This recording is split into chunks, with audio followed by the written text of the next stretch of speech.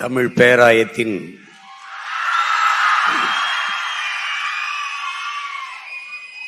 தலைவர் பெருமதிப்பிற்குரிய முனைவர்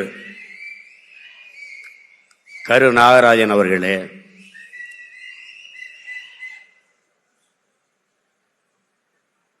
என்னுடைய அன்பிற்கும் பாசத்திற்கும் உரிய தம்பி வளாக நிர்வாகி இரா அருணாச்சலம் அவர்களே, இந்த நிகழ்வை அழகு தமிழால் தொகுத்து வழங்கிக் கொண்டிருக்கிற நெறியாளர் முனைவர் ஜெய் கணேஷ் அவர்களே,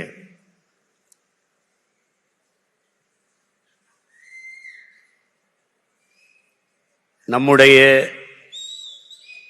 பேரன்பிற்கும் பெருமதிப்பிற்கும் உரிய பெருந்தகை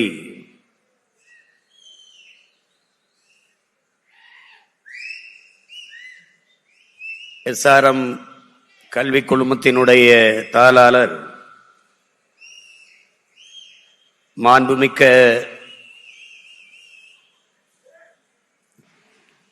நம்முடைய ஐயா பாரிவேந்தர் அவர்களுக்கும், அரங்கிலே நிறைந்து அமர்ந்திருக்கிற நாளைய என் தமிழ் சமூகத்தை ஒரு வலிமைமிக்க வளமைமிக்க தமிழ் சமூகமாக மாற்றி படைக்க காத்திருக்கிற இளைய தலைமுறை புரட்சியாளர்களே, என்னுயிர் தம்பி தங்கைகளே, போற்றுதற்கும் வணக்கத்திற்கும் உரிய பேராசிரியர் பெருமக்களே, உங்கள் அனைவருக்கும் என்னுடைய அன்பும் வணக்கமும். தமிழ் பேராயம் என்ற ஒரு அமைப்பை தொடங்கி அதன் மூலமாக நம்முடைய அன்பு பிள்ளைகளுக்கு நல்ல தமிழ் பேசுகிற வாய்ப்பை ஏற்படுத்தி கொடுத்திருக்கிற நம்முடைய பாரிவேந்தர் ஐயா அவர்களை எவ்வளவு பாராட்டினாலும் அது தகும். மூவேந்தரும் போய் முச்சங்கமும் போய் பாவேந்தரும் போய் பழைய நூல்களின் ஆய்வும் போய் படிப்போரும் கேட்போரும் இல்லாது போய் தமிழ் தடுமாறும் நேரத்தில் நம்முடைய பாட்டன் வள்ளல் பாண்டித்துரை தேவர் அவர்கள் 4ஆம் தமிழ்ச்சங்கம் தொடங்கி அன்னை தமிழுக்கு அரும்பணியாற்றினார். அதற்கு பிறகு இன்று நம்முடைய வள்ளல் பாரிவேந்தர் அவர்கள் தமிழ் பேராயம் என்ற ஒரு அமைப்பை தொடங்கி தமிழ் வளர்த்து கொண்டிருக்கிறார்கள். என் அன்பு பிள்ளைகளே, நாட்டை ஆண்ட மன்னர்களே வள்ளல்களாக இருந்த பரம்பரையில் வந்தவர்கள் நாம்.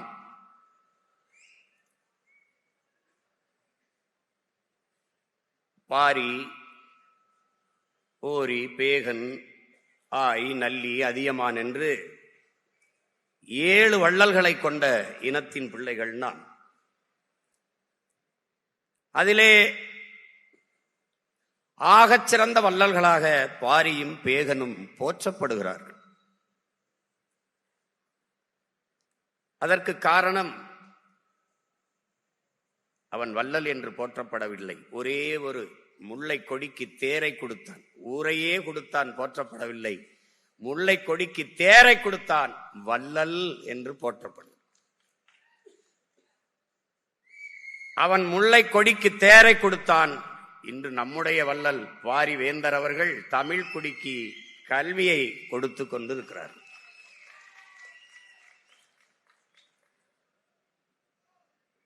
தமிழுக்கு அமுதன்று பேர், அந்த தமிழ் இன்பத்தமிழ் எங்கள் உயிருக்கு நேர் என்றான் நம்முடைய தாத்தன் புரட்சி பாவேந்தன். அதே கருத்தை பாவேந்தன் சொன்ன கருத்தை இன்று முன்மொழிந்து அதையே வளர்த்து கொண்டிருக்கிறார்கள் நம்முடைய பாரிவேந்தர் அவர்கள். என் அன்பு பிள்ளைகளே, மொழி என்பது வெறும் தொடர்பு கருவி அல்ல, அது மட்டுமல்ல. மொழி என்பது ஒவ்வொரு தேசிய இனத்தின் முகம், உயிர். அதுதான் கலை, இலக்கியம், பண்பாடு, வழிபாடு, அறிவியல், அரசியல், வரலாறு எல்லாமே மொழிதான். ஒரு மொழி சிதைந்து அழியுமானால் அந்த இனம் அழியும். ஒரு நாட்டை அழிப்பதற்கு படை திரட்டி வர வேண்டியது இல்லை. யானைப்படை, குதிரைப்படை, பீரங்கி படை தேவையில்லை. ஒரு உயிரை கூட கொல்ல வேண்டியதில்லை. ஒரு துளி ரத்தம் பூமியிலே சிந்த வேண்டியதில்லை. அந்த நாட்டை அழித்து விட முடியும். எப்படி அழிக்க முடியும்? முதலில் அவன் மொழியை அழித்து விட்டால் அவனுடைய கலை, இலக்கிய, பண்பாடு, அடையாளம் அழிந்துவிடும். பிறகு அந்த நாடு அழிந்துவிடும். இப்படி ஏறக்குறைய 90 விழுக்காட்டுக்கு மேலே தமிழ் மொழி சிதைந்து அழிந்து தமிழ்நாடு அழிந்து போகும்.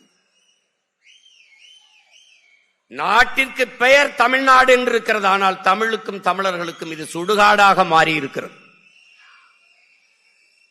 ஒரு அறிவு சமூகம் ஆழ்ந்து இதை அறிந்து கொள்ள வேண்டும். இங்கே பேசிய நம்முடைய பிள்ளைகள் எல்லாம்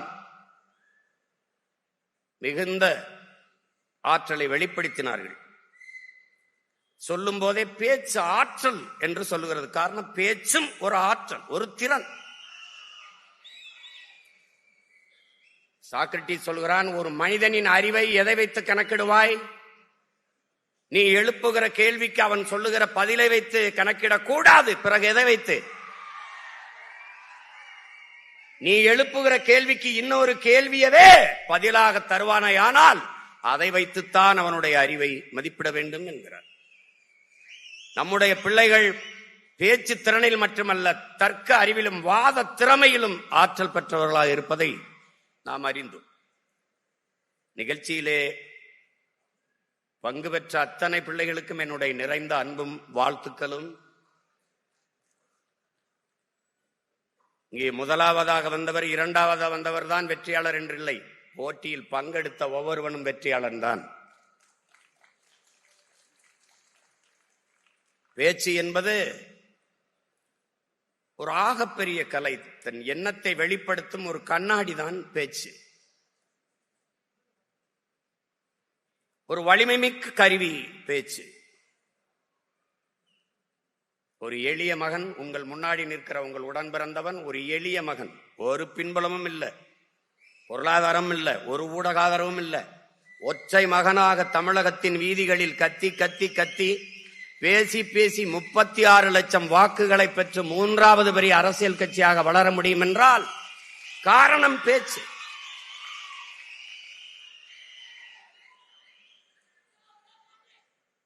தமிழ் ஒரு பேச்சு மொழி அல்ல, அது மூச்சு மொழி.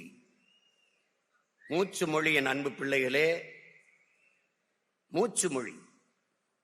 எங்கள் வாழ்வும் எங்கள் வளமும் மங்காத தமிழ் என்று சங்கே முழங்கு. எங்கள் பகைவர் எங்கோ மறைந்தார், இங்குள்ள தமிழர்கள் ஒன்றாதல் கண்டே. திங்களோடும் செலும்பரிதி தன்னோடும் விண்ணோடும் உடுக்கலோடும் மங்குள்கடல் இவற்றோடும் பிறந்த தமிழோடு பிறந்தோம் நாங்கள். ஆண்மை சிங்கத்தின் கூட்டம் என்று சிறியோருக்கு ஞாபகம் செய், முழங்கு சங்கே முழங்கு. வெங்கொடுமை சாக்காட்டில் விளையாடும் தோளெங்கள் வெற்றி தோள்கள். கங்கையை போல் காவிரி போல் கருத்துக்கள் ஊரும் உள்ளம் எங்கள் உள்ளம். வெங்குருதி தனில் கமழ்ந்து வீரம் செய்கின்ற தமிழ் எங்கள் மூச்சாம் என்று மூச்சுங்கிற தமிழ். அதாவது ஒரு பேச்சு மொழி அல்ல, அது மூச்சு மொழி. சொல்லுங்கள் என் அன்பு பிள்ளைகளே, சொல் தமிழா சொல். அதில் சொல்லுங்கள், நீங்கள் உலகத்தின் தலை சிறந்த இனத்தின் பிள்ளைகள் என்ற பெருமிதத்தும் திமிரோடும் சொல்லுங்கள். நாங்கள் தமிழர்கள், உலகிலே ஆகச் சிறந்தவர்கள். சூழியசீதர் சொல்றான், அடுத்தவன் எழுந்து உன் தகுதியை அறிவிக்கிற வரை காத்திருக்காதே, நீயே எழுந்து சொல் நான் ஆகச் சிறந்தவன் என்று.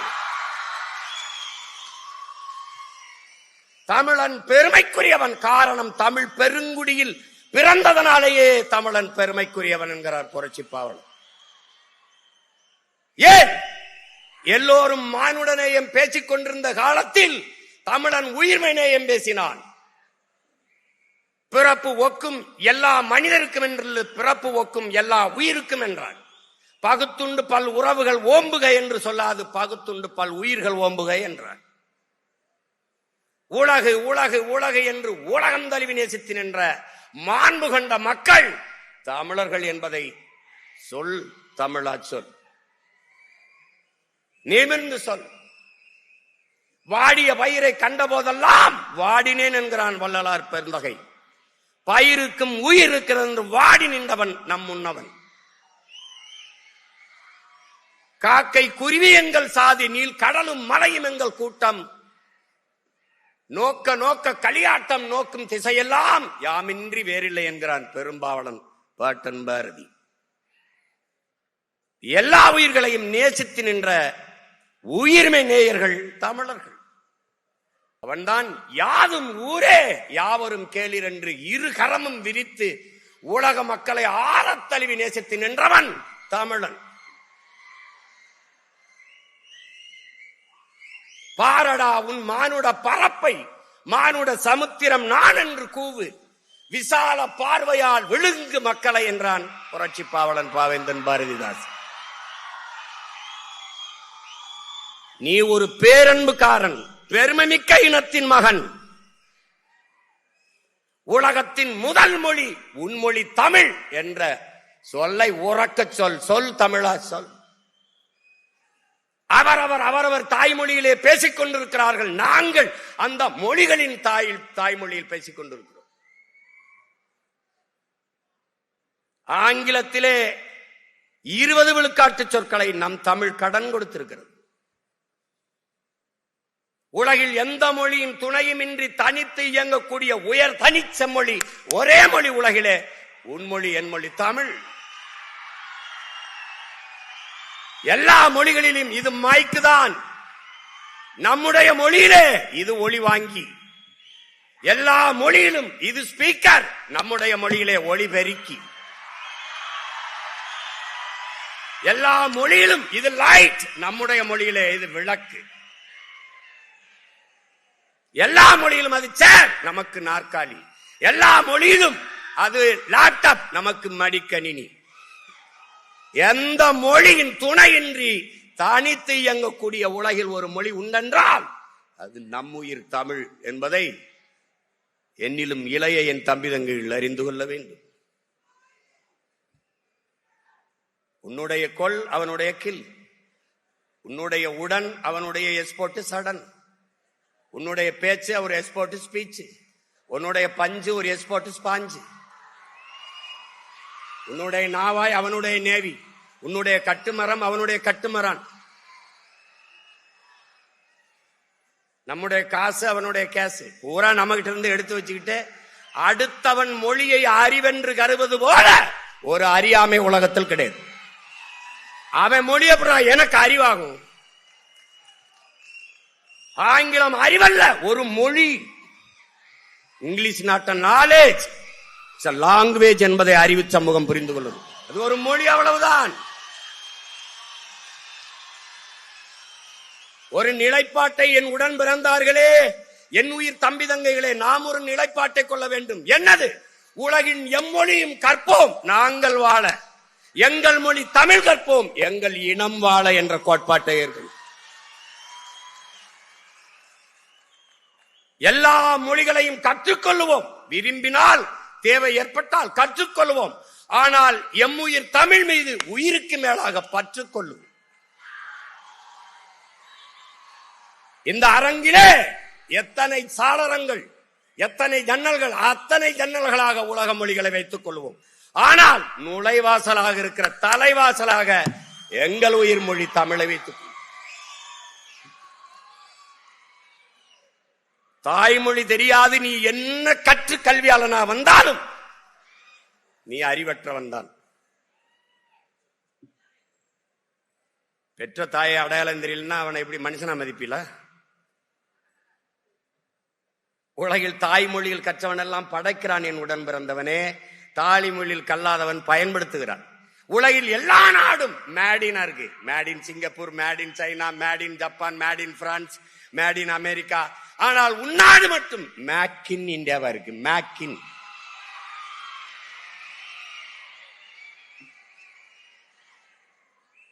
தாய்மொழி கல்வி என்பது குழந்தைக்கு தாய்ப்பால் போல, அதை கொடுக்காதும் ஒருவித தேசத்துறவு குற்றம் என்கிறார் நல்ல அண்ணல் காந்தியடிகள். அறிவார்ந்த என் தம்பி தங்கைகளை புரிந்து கொள்ள வேண்டும். தமிழ் என்பது வெறும் மொழி அல்ல, நம் முகம். உங்கள் முன்னால் நிற்கிற உங்கள் உடன் பிறந்தவன் என்ன சாதி தெரியாது, என்ன மதம் தெரியாது. ஆனால் என் வாய் வழியே வருகிற என் மொழி தமிழ் என்னை அடையாளப்படுத்துகிறது. நான் தமிழன் என்று அடையாளப்படுத்துகிறது. அதுதான் என்ன அடையாளம். நீ உலகின் எந்த ஓரத்திற்கு சென்றாலும் நீ யார் அவன் கேட்பான், ஹூ ஆர் யூ. அங்க போய் ஐ ஆம் மேன்லாம் சொல்லிட்டு கூடாது. அப்புறம் குரங்கு நினைச்சு கேட்கிறேன், அப்படி இல்லை. நீ எந்த மொழியில் பதில் சொல்கிறாய் என்பதை பார்ப்பதற்காகவே அந்த கேள்வி எழுப்புகிறான். உலகில் எங்கு போ, ஐ ஆம் பிரான்ஸ் கிடையாது, ஐ ஆம் பிரெஞ்சு, அப்படிதான் கை குலுக்குவான். இங்கிலாந்துக்கு போ, பிரிட்டனுக்கு போ, ஐ ஆம் பிரிட்டிஷ் கிடையாது, ஐ ஆம் இங்கிலீஷ், அப்படிதான் அறிமுகப்படுத்துவான். ஏன்னா அதுதான் அவன் அடையாளம். எழுதுங்கள் என் நெற்றியில் நான் இஸ்லாமியன் என்று முகமது தர்வீசும் விளக்கத்தை முன்வைக்கவில்லை. என் உடன் பிறந்தவனே, எழுதுங்கள் என் நெற்றியில் நான் அரேபியன் என்று. அப்படிதான் எழுதினான், அப்படிதான் முழக்கத்தை முன் வச்சான். அதுதான் நம்ம அடையாளம். அதை விட்டுறக்கூடாது. மொழி அழிந்தால் மொழியை பாதுகாத்த இனம் கடுகளவு இருந்தாலும் மொழியை பாதுகாத்த இனம் மலையளவு உயர்ந்து வாழுங்கிறான். மொழியை அழிய கொடுத்த இனம் மலையளவு இருந்தாலும் கடுகளவு சிறுத்து வீழுங்கிறான்.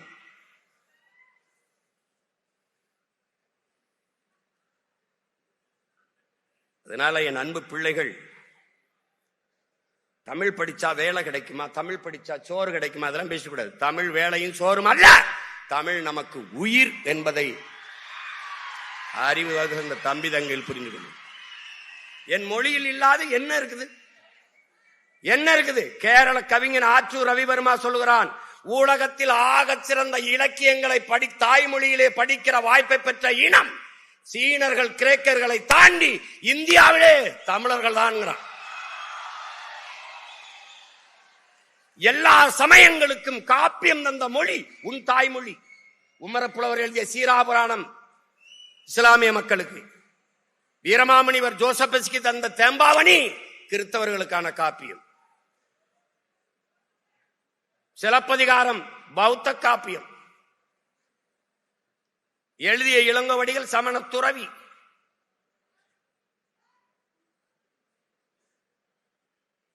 மணிமேகலை ஒரு பௌத்த காப்பியம், உங்களுக்கு தெரியும்.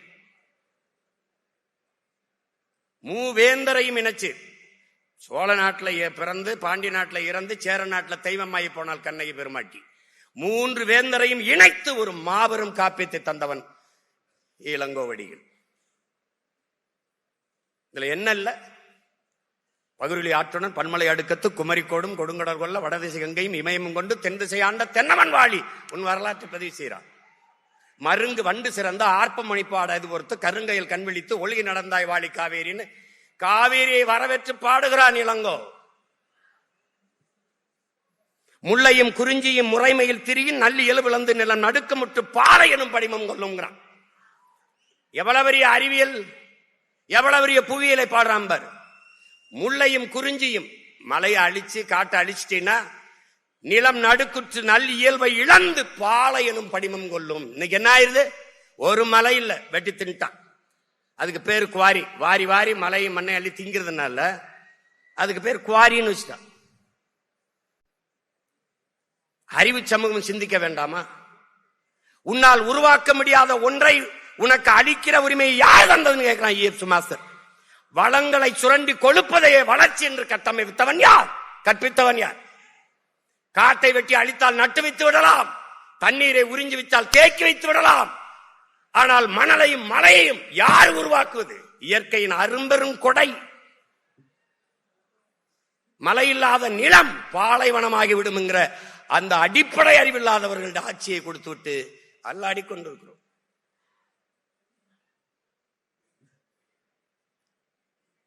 ஒரு நாட்டின் எதிர்காலம் அந்த நாட்டின் வகுப்பறையில் தீர்மானிக்கப்படுகிறது. ஒரு நாட்டின் நலன் என்பது அந்த நாட்டின் ஒவ்வொரு வீட்டின் சமையல் அறையில் தீர்மானிக்கப்படுகிறது. ஒரு நாட்டின் வளம் என்பது அந்த நாட்டின் நிலத்தின் வளத்தை பொறுத்து அமைகிறது. அந்த நாட்டின் நிலத்தின் வளம் என்பது அந்த நாடு பெறுகிற நீரின் வளத்தை பொறுத்து அமைகிறது. அந்த நாட்டின் நீரின் வளம் என்பது அந்த நாடு பெறுகிற மழையின் வளத்தை பொறுத்து அமைகிறது. அந்த நாட்டின் மழையின் வளம் என்பது அந்த நாடு பெற்றிருக்கிற மலைகளின் வளத்தை பொறுத்து அமைகிறதுங்கிறான். நீ எங்க இருக்கு மலை? எங்க இருக்கு? கண் முன்னே உன் நிலம் பாலைவனமாய் கொண்டிருக்கிறது என்பதை தெரியாது நீ தவித்துக் கொண்டிருக்கிறாய். ஒரு அறிவு சமூகம் சிந்திக்கணும். இன்னைக்கு அரசியல் எதுக்கு? படிக்கிற பிள்ளைகளுக்கு எதுக்கு அரசியல்? படிக்கிற பிள்ளைக்கு சினிமா அவசியமா இருக்குதா? படிக்கிற பிள்ளை அரசியல் பேசாம எவன் படிக்கிறது? கற்றவன் தான் மற்றவருக்கு வழிகாட்டணும். வேணாம் வேணாம் ஏன் விலை நிக்கணும்? அன்பு பிள்ளைகளே, அரசியலை விட ஆகச் சிறந்த கல்வி உலகத்திலே ஒண்ணும் கிடையாது. அரசியலை கற்பிக்காது கல்வியே இல்லை. பேசிக்கொண்டிருக்கும் போது நம்முடைய வேந்தரையா சொல்றாங்க, அடுத்ததுல இருந்து நம்ம தொடங்குறோம் அரசியல் கற்பிக்கிறதுக்கு ஒரு பிரிவை நம்ம தொடங்குறோம்னு சொல்றாங்க. அரசியல் படிக்கணும், அரசியல் பேசணும். ஏன்? ஒரு மனிதனின் பிறப்பிலிருந்து இறப்பு வரை அனைத்தையும் தீர்மானிப்பது அரசு. நீ என்ன படிக்கணும், என்ன வேலைக்கு போகணும், அந்த எவ்வளவு சம்பளம், அது எந்த ஊர்ல அந்த பணியை செய்யணும், எல்லாவற்றையும் தீர்மானிப்பது அரசு. பிறப்பு சான்றிதழ் வாங்குவது இறப்பு சான்றிதழ் வாங்குவது வரை அனைத்து முடிவெடுப்பது அரசு. மின் கட்டணம் எவ்வளவு, அரிசி எவ்வளவு, பருப்பு விலை எவ்வளவு, எல்லாவற்றையும் நிர்வகிக்கிறது முடிவெடுப்பது யார்? அரசு. அந்த அரசை தீர்மானிப்பது அரசியல். அறிவியல், புவியியல், வேதியியல், உயிரியல் போல அரசியல் ஒரு வாழ்வியல் என்பதை அன்பு தம்பி தங்கைகள் புரிந்து கொள்ளும். அப்ப எல்லாவற்றையும் தீர்மானிக்கிற அரசியலை நாம் தீர்மானிக்க வேண்டும். நாம் தீர்மானிக்கணும். அரசியல் வேண்டாம் என்று நீ விலகி நிற்கலாம், ஆனால் அரசியல் உன்னை விட்டு ஒருபோதும் விலகி நிற்காது என்கிறான் அரிஸ்டாட்டில். அரசியல் வேண்டாம் என்று நீ விலகி நின்றால் நீ யாரை வெறுக்கிறாயோ அவனுடைய ஆட்சியின் கீழே வாழ நேரிடும் பிளாட்டோ. அரசியல் என்ற எண்ணம் இல்லாதவன் மனிதனாக இருக்க முடியாதுங்கிறார் அண்ணல் காந்தியடிகள். ஒவ்வொரு மனிதனின் ஒவ்வொரு சொல்லிலும் அரசியல் பிறக்குதுங்கிறான் புரட்சியாளர் லெனின். அரசியல் வேண்டாம் என்று சொல்வது வானமே இல்லாத பூமியில் நான் வாழப்போகிறேன் என்று சொல்வதற்கு ஒப்பானது. மனித உடலில் இருந்து உயிரை பிரிப்பதும் மனித வாழ்வில் இருந்து அரசியலை பிரிப்பதும் ரெண்டும் ஒன்றுதான். அரசியல் பேசணும். வரிசையில் நின்று வாக்கு செலுத்துறது இல்ல தம்பி, அதெல்லாம் அரசியல். 500,000 வாங்கிட்டு வாக்கு செலுத்துறது இல்ல அரசியல். ஒரு நாட்டின் எதிர்காலத்தை தீர்மானிக்கிற வலிமை மிக்க இயல் அரசியல். அதை புரிஞ்சுக்கணும். பேசு, அரசியல் பேசு. பேசுறான், கேரளால பேசுறான், தேநீர் கடையில எல்லா இடங்கள்லயும் பேசுவான். அதனாலதான் அங்க வாக்குக்கு காசு கொடுத்து வாக்கை வாங்கினார்கள் ஒரு செய்தியை காட்டு பார்ப்போம். இப்படிதான் இலவசத்தை அறிவிச்சுட்டு இருக்கானா? கேடுகட்ட சமூகமடா தம்பி, இது கேடுகட்ட ஆட்சி முறை. நீங்க ஆள் மாறுது, ஆட்சி மாறுகிறது. ஆட்சி முறை மாறுகிறதா? உடன் பிறந்தவனே, ஆட்சி முறை மாறுகிறதா? இந்த கட்சி வந்தாலும் சாராயம் இருக்குது, இந்த கட்சி வந்தாலும் சாராயம் இருக்குது. இவன் வந்தாலும் ஊழல் லஞ்சம், இவன் வந்தாலும் ஊழல் லஞ்சம். இவன் வந்தாலும் இருட்டு, இவன் வந்தாலும் இருட்டு. இவன் வந்தாலும் திருட்டு, இவன் வந்தாலும் திருட்டு. இவன் வந்தாலும் பாலியல் கொடுமை வன்கொடுமை, இவன் வந்தாலும் பாலியல் கொடுமை வன்கொடுமை. என்ன இருக்குது? ஆள் மாறுது, ஆட்சி முறை மாறுகிறதா? ஆட்சி முறை மாறணும். அறிவு சமூகம் சிந்திக்கணும். விழிப்புணர்வு தான் விடுதலையின் முதல் படி, முதல் அதப்படி. எங்க விழிப்புணர்வு? உனக்கு சேவை செய்ய வருகிறவன் எதற்காக வாக்குக்கு காசு தருகிறான்? வாக்குக்கு காசு கொடுக்கிற அந்த இடத்திலே ஊழல் லஞ்சத்திற்கான விதை ஊண்டப்படுகிறது என்பதை நீ சிந்தித்தான் அதான்டா விழிப்புணர்வு. அதான்டா விழிப்புணர்வு. ஒரு முதலாளி முதலீடு செய்கிறான், ஒரு தொகுதிக்கு 15 கோடி 20 கோடி முதலீடு செய்கிறான் என்றால் மக்கள் சேவைக்கா லாப தேவைக்கா? இதை அறிவு சமூகம் சிந்திக்கணும். எப்படி ஊழல் லஞ்சத்தை ஒழிப்ப? எப்படி ஒழிப்ப? நீ நோட்டை வாங்கிட்டு ஓட்ட வைக்கிற, அவன் அந்த ஓட்டை வாங்கிட்டு நாட்டை வைக்கிறான், அவ்வளவுதான். என்ன மாறுதல் வரும்? என்ன மாறுதல் வரும்? வாக்குக்கு காசு கொடுக்கிற அந்த இடத்திலே மக்களுக்கான சேவை என்பது செத்து போய்விடுகிறது. மாண்புமிக்க ஜனநாயகம் செத்து கேடுகட்ட பணநாயகம் பிறந்து விடுகிறது. இதை ஒழிக்கணும். யாரால முடியும்? ஒன்னால, இங்க இருக்கிற ஒவ்வொருத்தனால. தம்பி, ஒரு வண்டி நிறைய குப்பை, அதை கொளுத்துவதற்கு வண்டி நிறைய நெருப்பு எடுத்துக்கொண்டு எவனும் செல்வதில்லை. ஒரே ஒரு தீப்பெட்டி, ஒரே ஒரு தீக்குச்சி. அப்படின்னா இந்த அரங்கத்துல எத்தனை ஆயிரம் தீக்குச்சி இருக்காயின்னு பாத்துக்க. பற்றி எரியணும், புரட்சி தீயாக மாறணும். கட்சி ஆட்சிகளால் இதை சரி செய்ய முடியாது என் உடன் பிறந்தவனே, புரட்சி ஒன்றால் தான் இதை புரட்டி போட முடியும். எப்படிப்பட்ட புரட்சி? வெளிப்படையாகவே அநீதிகளால் கட்டமைக்கப்பட்ட சமூகத்தை தகர்த்து முற்று முழுதாக புதிய ஒரு சமூகம் படைப்பதன் புரட்சிங்கிறான் பகத்சிங். அப்படிப்பட்ட ஒரு சமூகம், அப்படிப்பட்ட ஒரு சமூகம். பாலு கலாத குழந்தை, கல்வி கேங்காத மாணவன், வேலை கலையாத இளைஞன், இதுதான் என் கனவு இந்தியா என்றான். அடிமை இந்தியாவில் பகத்சிங் வைத்த முழக்கம் விடுதலை பெற்று 80 ஆண்டுகளில் இன்னும் அந்த முழக்கத்திற்கான தேவை அப்படி இருக்கிறது. இப்ப யார் மாற்றுவது? யார் மாற்றுவது? முழுமையான நேர்மை, தூய்மை, எதையும் எளிதில் வென்று முடிக்கக்கூடிய ஆற்றல் பெற்ற இளைஞர்கள் 50 பேர் ஒன்றிணைந்தால் போதும், உலகத்தையே மிகப்பெரிய மாறுதலுக்கு கொண்டு வந்து விட முடியும் என்று வீர துறவி விவேகானந்தர் கற்பிக்கிறார். 50 பேர் ஒன்றிணைந்தால் முடியும் என்றால் 5000 பேர் நீங்க இந்த அரங்கிலே ஒன்றிணைந்திருக்கிறீர்கள். உங்களால் முடியாதா? முடியாதா? மாற்றம் என்பது எங்கிருந்து வரணும்? எனக்குள்ள இருந்து வரணும். என்னில் எந்த மாற்றத்தையும் ஏற்படுத்திக் கொள்ள முடியாத நான் சமூக மாற்றத்தை ஏற்படுத்த முடியாது. நீ இந்த உலகத்தை எப்படிப்பட்ட மாறுதலுக்கு கொண்டு வர விரும்புகிறாயோ அந்த மாற்றத்தை உன்னிலிருந்து தொடங்கு என்கிறார் அண்ணல் காந்தியடிகள். நான் எண்ணிலிருந்து, நீ உன்னிலிருந்து, நாம் நம்மிலிருந்து தொடங்குவோம் மாற்றத்திற்கான தொடக்கத்தை.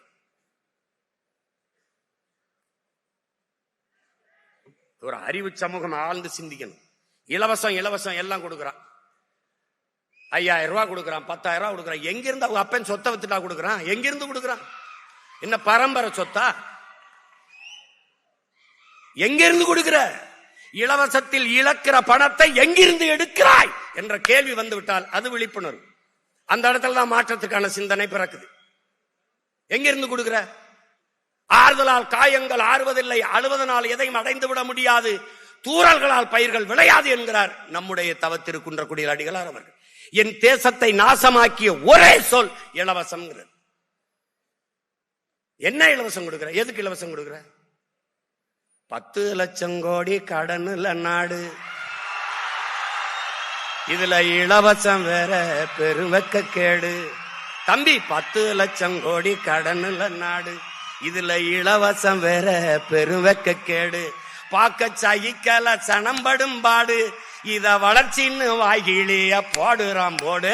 என்னம்மா தேவி சக்கம்மா, நாடு நாசமா போகுதே நியாயம்மா. கண்ண தோறந்த பாரம்மா, எங்க கவலைய கொஞ்சம் நீதீரம்மா.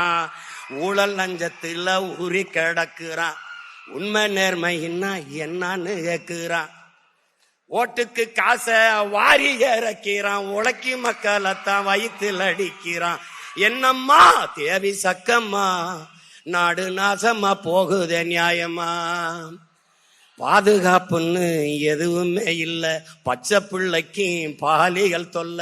நாட்டுல நடக்குது கொல கொள்ள, இந்த கொடுமையை எங்கேதான் போய் சொல்ல. என்னம்மா தேவி சக்கம்மா, நாடு நாசமா போகுதே நியாயமா. நாசமா ஆக்கிட்டான். இவர் 2000னா அவர் 2000, இவர் 2500. இந்த அண்ணன் பாண்டியராஜன் படத்துல ஒரு ஏலம் விடுவாங்க, 2000, 3000, 4000, கடைசியா பிம்பிளிக்கு பிளாப்பிம்பாங்க. அதான் நடக்குது இங்க. எங்கிருந்து எடுப்ப? 10 லட்சம் கோடி கடன், வட்டி மட்டும் 1 லட்சம் கோடி. என் உடன் பிறந்தவனே, 1 லட்சம் கோடி. நாட்டின் நிதிநிலை அறிக்கை 3 லட்சம் கோடி தான் பட்ஜெட். ஆனால் 1 லட்சம் கோடி வட்டி கட்டுகிறார்கள். யார்? ஒரு கடன் பெறுகிறவன் என்ன பண்ணுவா? உன்னை ஈடு கேட்பான். ஒரு அடமானமா சொத்தை கொடு, இல்ல கட்டடத்தை, இதை வீடு எதையாவது காட்டணும். இவர்கள் எப்படி கடன் பெறுகிறார்கள்? எப்படி? ஒன்னு மண்ணின் வளத்தை வைக்கணும், இல்ல மக்களின் நலத்தை வைக்கணும். மக்களின் வரியை 3 முறை மின்கட்டணம் உயர்ந்திருக்கு இந்த ஆட்சியில மட்டும். 3 முறை சகிக்க முடியாத மின்கட்டண உயர்வு, சொத்து வரி உயர்வு. அப்புறம் இலவச பேருந்து. இப்படி இலவச பேருந்துனா 1 லட்சம் கோடி ஏற்கனவே இதுல கடன் இருக்கு, இழப்பு இருக்கு. இலவச பேருந்து யார் கேட்டது? தரமான பேருந்து தான் கேட்கிறோம். அந்த பேருந்து ஓட்ட பாதை இருக்கா, சாலை இருக்கா, சாலையா இருக்கா, சவக்குழியா இருக்கா? யார் இதெல்லாம் கேட்கறது? யாரு கேட்கறது சொல்லு. முன்னாடி ஒரு விளம்பரம் வரும், பைக் உந்தூர்ல இருக்குல்ல, அதுக்கான சாக்கப் சார், அதுக்கு ஒரு விளம்பரம் போட்டுருந்தான். இப்ப கூட வரும்னு நினைக்கிறேன். ஒரு பெண், ஒரு பொம்பளை பிள்ளை என்ன பண்ணு, 4 குடத்தை அப்படி வச்சுக்கிட்டு நிற்கும். அவன் ஒரு மோட்டர் சைக்கிள் இப்படி வருவான், உந்தூரில் வருவான். வந்தவொடனே கையை காட்டும், ஏத்திக்கிடுவான், குடத்தை பிடிச்சுக்கிறோம். அதாவது குண்டும் குழியுமா இருக்கிற பாதையில கூட கீழே விழாம அந்த அப்படி அப்படி குதிங்க குளிங்க அழகா போகுதுன்னு சாக்கப் சார் விளம்பரம். இப்ப நம்ம கிட்ட சொல்ற, பைத்தியக்கார பயல, பாதைய ரோட ஒழுங்கா போடுறா, ரோட ஒழுங்கா போடு. குண்டும் குழியுமா இருந்தா கூட பள்ளமேட்டுல கூட அப்படி விழாவிடாம அந்த வண்டி போகுதுன்னு விளம்பரம். எப்படி இருக்கு? எங்கே போகுது இந்த நாடு? எங்க போகுது? 196 லட்சம் கோடி நம்ம நாடு, இந்திய நாடு பெற்றிருக்க கடன். பிறகு ஒவ்வொரு மாநிலமும் 10 லட்சம் 15 லட்சம் கோடிகளை பெற்றால் 500 கோடி கிட்ட வருது. என் அன்பு பிள்ளைகளே, ஒரு கடன் பெற்று கடன் சுமையை கட்ட முடியலன்னா வீடே விஷம் குடிச்சு செத்ததற்கு, தற்கொலை பண்ணி செத்ததற்கு வீடு. அப்ப நாடு கடன் ஆயினால் என்ன ஆகும்? ஏன் இதை அறிவு சமூகம் சிந்திக்கிறது இல்ல? இப்படி கடன் பெற்று இந்த 5 ஆண்டு கால ஆட்சியில மட்டும் 4.5 லட்சம் கோடி கடன். கேள்வி என்ன? கடனை வாங்கி மின் உற்பத்தியில் தண்ணீரை வடைஞ்சிட்டீங்களா? தடையற்ற மின்சாரம் கொடுத்துட்டீங்களா? பயணிக்க நல்ல பாதையை போட்டீங்களா? ரோடு போட்டீங்களா? அருமையான போக்குவரத்தா? இல்ல என்ன கொடுத்திருக்கு? என்ன கொடுத்திருக்கு அரசு? எதையாவது ஒன்றை நாட்டு மக்களுக்கு நிறைவேற்றிருக்கிறது ஒரு நலத்திட்டத்தை சிறப்பா? ஏதாவது சொல்லு. ஒரு நாடு வளர்ச்சி என்று கட்டமைப்பதே கடனின் வளர்ச்சியை தான். வேற என்ன வளர்ச்சி இருக்கு? இவர்கள் கற்பிக்கிற வளர்ச்சி என்ன? நீ பட்னி எழுந்து செத்தினா கட்டையில எரிக்காம கரண்ட்ல எரிக்கிறது வளர்ச்சி, டெவலப். டெல்லியில ஒரு இது வந்தது, நான் கூட போட்டு காட்டுறேன் பாரு இந்த வாட்டி. ஒரு அம்மா நிறுத்தத்துல வண்டியை நிறுத்துது. ஒரு பிச்சைக்காரர் அப்படி கையேந்தி காசு கேட்கிறாரு. அந்த அம்மா கேஷ் நகைங்குது, என்கிட்ட பணம் இல்லைங்குது, ஒன்லி கார்டு, அட்டை தாங்குது. உடனே அவர் பைக்கில இருந்து ஒரு ஸ்வீப் மிஷின் எடுத்து அப்படி நீட்டுறாப்ல. அந்த அம்மா சிரிச்சுக்கிட்டே அப்படி கிழிச்சு விடுது, அட்டையை கிழிச்சு விடுது. பிச்சைக்காரன் ஸ்வீப் மிஷின் வச்சு பிச்சை எடுக்கிறதல்லடா தம்பி வளர்ச்சி, பிச்சைக்காரனே இல்லாத நாட்டை உருவாக்குவதா வளர்ச்சி. நம்ம எதை நோக்கி நகரம்னு பாரு, எதை நோக்கி நகரம்னு பாரு. இங்கே தேர்தல் அரசியல், கட்சி அரசியல் தான் செய்வார்கள். செயல் அரசியல் கிடையாது, மக்கள் அரசியல் கிடையாது இவர்கள்ட்ட. செய்தி அரசியல், விளம்பர அரசியல் தான் இவர்கள் செய்வார்கள். சேவை அரசியல், செயல் அரசியல் கிடையாது. ஏன் இந்த மாசம் மட்டும்தான், இந்த ஆண்டு மட்டும்தான் கோடை விடுமுறை வருதா? ஏப்ரல் மே இந்த மாதம்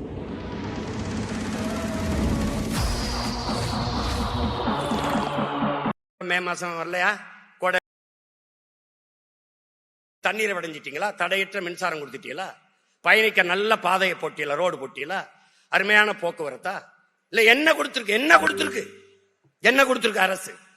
எதையாவது ஒன்றை நாட்டு மக்களுக்கு நிறைவேற்றிருக்கிறது ஒரு நலத்திட்டத்தை சிறப்பா? ஏதாவது சொல்லு. ஒரு நாடு வளர்ச்சி என்று கட்டமைப்பதே கடனின் வளர்ச்சியை தான். வேற என்ன வளர்ச்சி இருக்கு? இவர்கள் கற்பிக்கிற வளர்ச்சி என்ன? நீ பட்னி எழுந்து செத்தினா கட்டையில எரிக்காம கரண்ட்ல எரிக்கிறது வளர்ச்சி, டெவலப். டெல்லியில ஒரு இது வந்தது, நான் கூட போட்டு காட்டுறேன் பாரு இந்த வாட்டி. ஒரு அம்மா நிறுத்தத்துல வண்டியை நிறுத்துது.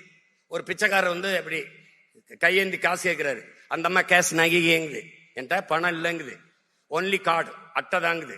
உடனே அவர் பைக்கில இருந்து ஒரு ஸ்வீப் மிஷின் எடுத்து அப்படி நீட்டுறாப்ல. அந்த அம்மா சிரிச்சுக்கிட்டே அப்படி கிழிச்சு விடுது, அட்டையை கிழிச்சு விடுது. பிச்சைக்காரன் ஸ்வீப் மிஷின் வச்சு பிச்சை எடுக்கிறதல்லடா தம்பி வளர்ச்சி, பிச்சைக்காரனே இல்லாத நாட்டை உருவாக்குவதா வளர்ச்சி.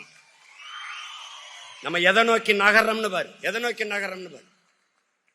இங்கே தேர்தல் அரசியல், கட்சி அரசியல் தான் செய்வார்கள். செயல் அரசியல் கிடையாது, மக்கள் அரசியல் கிடையாது இவர்கள்ட்ட. செய்தி அரசியல், விளம்பர அரசியல் தான் இவர்கள் செய்வார்கள். சேவை அரசியல், செயல் அரசியல் கிடையாது. ஏன் இந்த மாசம் மட்டும்தான், இந்த ஆண்டு மட்டும்தான் கோடை விடுமுறை வருதா? ஏப்ரல் மே இந்த வருஷம் தான் வருதா? அந்த கோடை விடுமுறை செலவுக்கு 2000 போன தடவை மே மாசம் வரலையா? கோடை வரல. தேர்தல் வரும்போது நம்ம மேல ஒரு பாசம் வரும்பாரு, அரிய பாசம். வருஷம் பூரா தண்ணிய போடுறது, சலம்புறது, எல்லா வேலையும் பண்றது. கோயில்ல திருவிழா வந்த உடனே அப்படியே மாலையை போட்டு அப்படியே விரதம் இருந்து அப்படியே தீ மிதிக்கிறது, பக்தியை காட்டுறது. அது கோயில் திருவிழா. இது தேர்தல் திருவிழா, மக்கள்கிட்ட பக்தியை காட்டுறது. நான் வந்தா 2000 தாரேன், நான் வந்தா 3000 தாரேன். இங்க தங்கச்சி எல்லாம் பேசுறாங்க, கூட்டணி ஆட்சி, தனியா, எந்த ஆட்சியா இருந்தாலும் நல்ல ஆட்சியா இருக்கணும், அதுதான் இங்க முக்கியம்.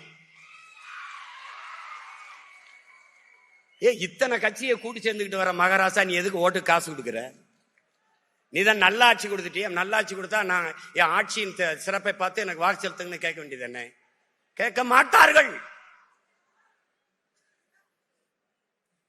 அறிவு சமூகம் புரிஞ்சுக்கிறணும். என் அன்பு பிள்ளைகள், மார்க்சிங்கார்கி சொல்றான்ல, போர்க்குணமற்ற உயிரினங்கள் உலகில் பரிதாபகரமானவை, போராட்டமே வாழ்வின் இருத்தலை உறுதி செய்கிறதுங்கிறான். போராடும் போதுதான் மனிதனை பிறக்கிறாங்கிறான். மற்ற இனங்களுக்கெல்லாம் வாழ்க்கையில் எப்போதாவது போராட்டம். நம்ம இனத்திற்கு வாழ்க்கையே போராட்டமாக மாறி நிற்குது. போராட்டமே வாழ்க்கையா மாறி நிற்குது. ஆசிரியர் வீதிக்கு வந்துட்டான், சம்பளம் கொடுக்க முடியல. பகுதி நேர ஆசிரியர் பணி நியமனம் கேட்கிறான். உயிரை காக்கிற மருத்துவர்கள் வீதியில் நிற்கிறாங்க. உயிரை காக்கிற சேவை பெண்கள், செவிலியர்கள் வீதியில் நிற்கிறாங்க. உலகத்திற்கு உணவு கொடுக்கிற வேர்வை சிந்தி விளைய வச்ச நெல்லை கொள்முதல் செய்து சேமிப்பு கிடங்களே சேமிக்காது சாலையில் போட்டு முளைக்க விட்டுட்டீர்களே என்று வேர்வை சிந்தி உழைச்சவன் கண்ணீர் சிந்திக்கு நிற்கிறான் வீதியில. வேளாண் குடிமகன், மீனவன் கடலுக்குள்ள மீன் பிடிக்கிற உரிமை இழந்து நிற்கிறான். எல்லாரும் வீதியில் வந்து போராடுகிற போது இவர்கள் சொல்கிறார்கள், நாங்கள் நல்லாட்சி கொடுத்து கொண்டிருக்கிறோம் என்று. ஆசிரியர்கள் கேட்கிற அந்த சம்பளர்கள், சம வேலை சம வாய்ப்பு சம சம்பளம் கொடுன்னு, அதுக்கு வெறும் 58 கோடி தான் தேவைப்படுது. ஆனா 6800 கோடியை இவர்கள் இலவசமாக கொடுக்கிறார்கள். ஒரே நாள்ல 1 கோடியே 31 லட்சம் வங்கி கணக்கில் 5000 போகுது. யாரு காசு? யாரு காசு? இந்த 6800 கோடியை இழக்கிறீர்களே, எப்படி இட்டுவீங்க? எப்படியாவது ஆட்சிக்கு வந்துடணும், எதையாவது கொடுத்து ஆட்சிக்கு வந்துடணும். அதனாலதான் அன்பு பிள்ளைகளே, இவர்களின் நோக்கம் நம்மை ஏமாற்றுவது, நம்முடைய நோக்கம் இந்த நிலையில் இருந்து மாற்றுவது. இதுதான் புரிஞ்சுக்கணும். இங்க பேசிய பிள்ளைகள்லாம் வரலாறு எவ்வளவு முக்கியம் என்று பேசினார்கள். வரலாற்றில் தெளிவு வராத எந்த இனமும் எழுச்சி வர முடியாதுங்கிறான் புரட்சியாளர் லெனின். வரலாற்றை மறந்துவிட்ட இனம் சுடுகாட்டில் இறந்து கிடக்கிற பிணம்ங்கிறான் ஓசிமின். வரலாற்றை படிக்காதவன் வரலாற்றை படைக்க முடியாது என்கிறார் புரட்சியாளர் அண்ணல் அம்பேத்கர் அவர்கள். வரலாறு தான் ஒவ்வொரு இனத்திற்கும் வழிகாட்டும். அதனால்தான் எங்க தலைவர், சத்தியம் நமக்கு சான்றாக இருக்கிறது, வரலாறு நமக்கு வழிகாட்டுகிறது என்கிறார். வரலாறு என் வழிகாட்டி என்கிறார். அதைத்தான் உங்கள் உடன் பிறந்தவன் சொல்கிறேன். வேற இழந்த மரமும் வரலாற்றை இறந்த இனமும் வாழாது, வரலாற்றை மறந்த இனமும் வாழாது. வரலாறு தான் ஒவ்வொரு தேசிய இனத்திற்கும் வழிகாட்டும் என்பதை என் அன்பு பிள்ளைகள் புரிந்து கொள்ளணும். வரலாறு என்பது தலையில் கிரீடம் சுமப்பதும் பளபளக்கும் பட்டாடைகளை அணிவதும் அல்ல, தழும்புகளை தடவி பார்த்து தவறுகளை திருத்திக் கொள்வதுதான் வரலாறு. அதுக்குத்தான் வரலாறு. நாம் எங்கே வாழ்ந்தோம், எங்கே வீழ்ந்தோம் என்பதை. ஏன்னா படிப்பறிவை விட பட்டறிவு மேலானது. என் உடன் பிறந்தவனே, பட்டறிவு மேலானது. அதான் சொல்றேன், மாணவர்களுக்கு சொல்றான் மார்க்ஸ், நீங்க படித்த ஆசிரியர்கிட்ட படிக்காதேன்றான். அப்ப என்ன செய்யலாம்? படித்துக் கொண்டிருக்கிற ஆசிரியரிடம் கற்றுக்கொள்ளுங்கிறான். நாங்க தான் படிச்சுட்டோமே, எம்எஸ்சி, எம்ஃபில், எம்எட். இப்ப என்ன படிக்கிற? வாசிப்பது என்பது சுவாசிப்பது போல இருக்கணும், தினம் படிக்கணும். அண்ணல் அம்பேத்கர் சொல்றாரு, அன்பு பிள்ளைகளே, அறிவை தேடி ஓடுங்கள், நாளைய வரலாறு உங்கள் நிழலை தேடி ஓடி வரும். ஒரு மனிதன் வாழ்நாளில் 10,000 புத்தகங்கள் படித்திருக்க வேண்டும், 10,000 மைல்கள் பயணம் செய்திருக்க வேண்டும் என்று சீன பொன்மொழி சொல்லுதுன்னு பயணம்ங்கிற நூல் ஐயா இறையன் எழுதியிருக்கார். நீ படிக்கணும். 10,000 புத்தகங்கள் வாழ்நாள் முழுக்க படித்திருக்க வேண்டும் என்கிறார். ஆனால் உலகிலே 64,000 புத்தகங்களை படித்த ஒருவன் நம்முடைய அண்ணல் அம்பேத்கர் அவர்கள் என்பதை அறிவு சமூகம் புரிந்து கொள்ளும். படுக்கிற இடம் கூட படிக்கிற இடத்திற்கு அருகில் இருக்க வேண்டும். நூலகம் எங்க இருக்குதோ அதற்கு அருகிலே அறை எடுத்து தங்கிய மகான் நம்முடைய அண்ணல் அம்பேத்கர் அவர்கள். ஆஸ்திரேலிய நாட்டிலே அந்த நாட்டின் பிரதமர் உலகின் தலை சிறந்த கல்வியாளன் சிலையை திறக்கப் போகிறோம் என்றார்கள். எல்லோரும் எதிர்பார்த்து காத்திருந்தார்கள். அன்பு தங்கைகளே, தம்பிகளே, அவன் வாகனம் ஓடிக்கொண்டே இருந்தது. போய் அந்த அரங்கிலே ஆகச்சிறந்த உலகின் தலை சிறந்த கல்வியாளன் சிலையை திறந்தார். ஒரு சிவப்பு துணியிலே, பட்டு துணியிலே போர்த்தி வைத்திருந்தார்கள். அந்த சிலையை திறந்தார். அது புரட்சியாளர் அண்ணல் அம்பேத்கர் சிலை என்பதை அறிவு சமூகம் புரிந்து கொள்ளும். அவர்தான் சொல்றார், அதிகாரம் மிக வலிமையானது என்கிறார். அதை படித்த உங்கள் உடன் பிறந்தவர்கள் அதிகாரம் மிக வலிமையானது, அடைந்து விட்டால் அனைத்தும் எளிமையானது என்ற முழக்கத்தை பின்னாடி சேர்த்தோம். இழந்துவிட்ட உரிமைகளை பிச்சை கட்டு பெற முடியாது, போராடித்தான் பெற்றாக வேண்டும் என்கிற முழக்கத்தை முன்வைத்தவரும் அவர்தான். இருக்கிற உரிமைகளை காக்க, இழந்த உரிமைகளை மீட்க நமக்கு இருக்கிற ஒரே வழி அரசியல் விடுதலை. இங்கே வந்த கட்சிகள் எல்லாம் அரசியல் விடுதலை என்று பேசி வந்தார்கள். பிறகு அரசியல் வியாபாரமாக மாற்றி நீத்திருக்கிறார்கள். எங்க சீட்டு நோட்டம் அதிகம் வருதோ அங்க போய் கூட்டணி வைக்கிறது. அப்ப கூடி கொள்ளையடிச்சா சரியாயிருதா? கூடி எல்லாரும் சேர்ந்து கொலை பண்ணா கொலை சரியாயிருமா? நாங்க தனித்து நிற்கிறோம் என்றால் தனித்து நிற்கிறோம், தனித்துவத்தோடு நிற்கிறோம், உயர்ந்த தத்துவத்தோடு நிற்கிறோம். கொள்கையில் தெளிவு, குழப்பமில்லா முடிவு. எங்கள் ஒரே நோக்கம், எங்கள் திருநாட்டில் எங்கள் நல்லாட்சி, உலகத்தின் தலை சிறந்த நாடாக என் தாய் நாட்டை மாற்றி படைப்பது. பசி, பஞ்சம், ஊழல், லஞ்சம், கொலை, கொள்ளை, சாதிய இழிவு, தீண்டாமை, அடக்குமுறை, ஒடுக்குமுறை, பெண்ணி அடிமைத்தனம், வளக்கொள்ளை, மதுமத போதை ஏதுமற்ற ஒரு தூய தேசம், புதிய ஒரு தேசம் செய்வோம், மக்கள் புரட்சியால் அதை உறுதி செய்வோம் என்ற முழக்கத்தை முன்வைத்து உங்கள் பிள்ளைகள் இந்த களத்திலே உங்கள் உடன் பிறந்தவர்கள் நிற்கிறோம்.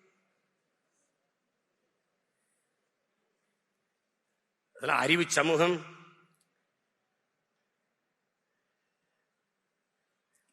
இப்படியெல்லாம் ஒரு அரிய வாய்ப்பை தமிழ் இனத்தில் முன்னவர்கள் செய்யறதுக்கு யாரும் இல்லை. பணம் இருக்கிறவன்ட்ட இன உணர்வு, மான உணர்வு இருக்காது. மான உணர்வு, இன உணர்வு கொண்ட பணம் இருக்காது. இரண்டும் இருக்கிற ஒரே ஒரு மனிதன் நம்ம இடத்தில் வாழ்கிறார் என்றால் நம்முடைய பாரிவேந்தர் ஐயா அவர்கள் தான். அந்த பாட்டுல தாயே, தமிழ் தாயே எங்களை மன்னிச்சுக்க, தமிழ்நாட்டை ஆள்றதுக்கு ஒரு தமிழ் இல்லையானு எங்க ஐயாவுடைய குறைய போக்கத்தான் அவர் பிள்ளை தொடர்ந்து போராடிட்டு இருக்கேன். தொடர்ந்து போராடிட்டு இருக்கேன். பல பேர் என்னையும் காலி பண்றதுக்கு எப்படியாவது அந்த கூட்டணிக்குள்ள போயிரு, எப்படியாவது போயிரு. அவங்க வந்து பேசுறதெல்லாம் பாருங்க, இவ்வளவு கோடி கொடுக்குறோம், இவ்வளவு 1000 கொடுக்குறோம், இத்தனை 1000 கோடி கொடுக்குறோம், இவ்வளவு பதவி கொடுக்குறோம், நீங்க நல்லா இருப்பீங்க, நான் நல்லா இருப்பேன், நாடு மக்களுக்கு நாசமாயிருவாங்க, பரவாயில்லையா? எப்படி இருக்கு பாருங்க. பதவி என்பது மக்களுக்கான உதவியா இருக்கணும். மக்களை வைத்து பிழைப்பதல்ல அரசியல், மக்களுக்காக உழைப்பதுதான் அரசியல்.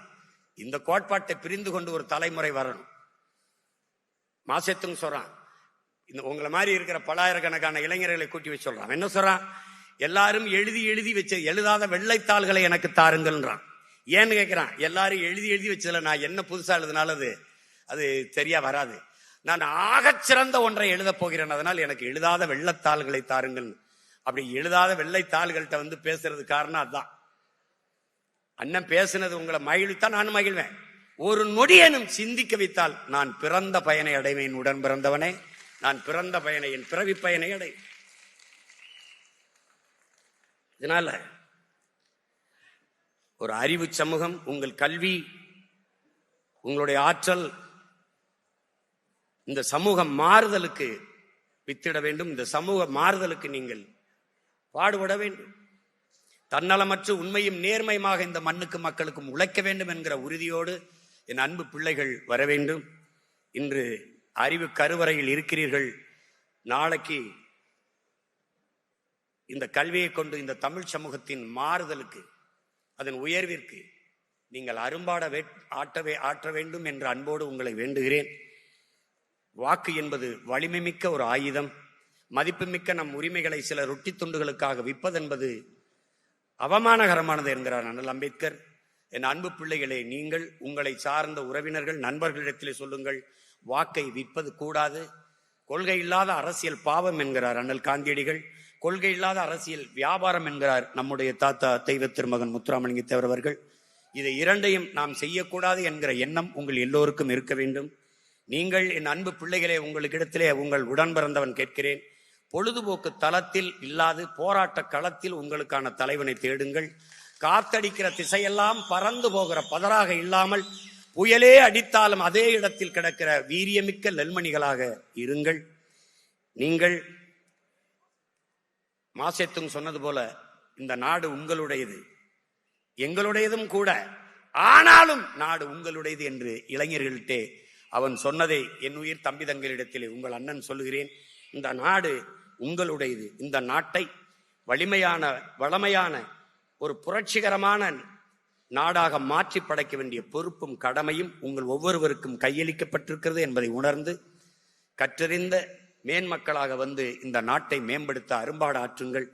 இந்த நிகழ்வு சொல் தமிழா சொல் என்பது மூலமாக எத்தனை வீரியமிக்க விதைகள் இந்த களத்திலே இந்த நிலத்திலே முளைத்து வருகிறார்கள் என்பதை பார்க்கிறீர்கள். அவர்கள் பேசும்போது தடையின்றி அந்த தமிழை எடுத்து பேசுகிறார்கள். பெரும்பாலும் அவர்கள் ஆங்கிலம் கலவாமல் பேசுகிறார்கள். ஒன்றுதான் உங்களிடத்திலே உங்கள் உடன்பிறந்தேன் சொல்வேன், ஆங்கிலம் பேசினால் ஆங்கிலத்திலே பேசுங்கள், குறைந்தபட்சம் அந்த மொழியை பெருமைப்படுத்துங்கள். தமிழ் பேசினால் தமிழிலே பேசுங்கள், நம் தாய்மொழியை தயவு செய்து வாழ வையுங்கள். ரெண்டையும் சேர்த்து புதிதாக தங்கிலீஷை உருவாக்கி விடாதீர்கள். தொலைக்காட்சியில் எதையா திரும்பினா பாருங்க, ஏன்டா மச்சான் டென்ஷனா இருக்க, ஃபீல் பண்ணாதடா, கரெக்ட் ஆயிரும்டா, எல்லாம் திங்க் பண்ணி ஃபீல் பண்ணி வாக் பண்ணியா பேசி என் அன்னை தமிழை பன்னி தமிழாக மாற்றியதை தவிர இவர்கள் ஒன்றும் செய்யும். அதிலிருந்து நல்ல தமிழை வளர்க்க வார்க்க இந்த சொல் தமிழா சொல் நிகழ்ச்சி பயன்படுகிறது. அதை தமிழ் பேராயம் ஒரு பெரும் பணியாக செய்கிறது. அந்த தமிழ் பேராயத்தை தோற்றுவித்த எங்களுடைய போற்றுதற்கும் வணக்கத்திற்குரிய பெருந்தகை நம்முடைய வேந்தர் ஐயா அவர்களுக்கும், அதன் தலைவராக இருந்து அரும்பாடாற்றிக் கொண்டிருக்கிற ஐயா கரு நாகராஜன் அவர்களுக்கும், எல்லா வழியிலும் துணை நிற்கிற எண்ணுயிரி இளவல் அருணாச்சலம் அவர்களுக்கும், பசி நேரமாய்விட்டது, செவிக்கொண்டது உள்ளாத போது சிறிது வயிற்றுக்கு மீயப்படுங்கிறான். இருந்தாலும் என் அன்பு பிள்ளைகள், இவ்வளவு நேரம் அண்ணனுடைய உரை கேட்டு நீங்கள் அமர்ந்திருக்கிறது எனக்கு பெருமையும் மகிழ்ச்சியும். இப்போது கலைவோம், இன்னொரு முறை இணைவோம்.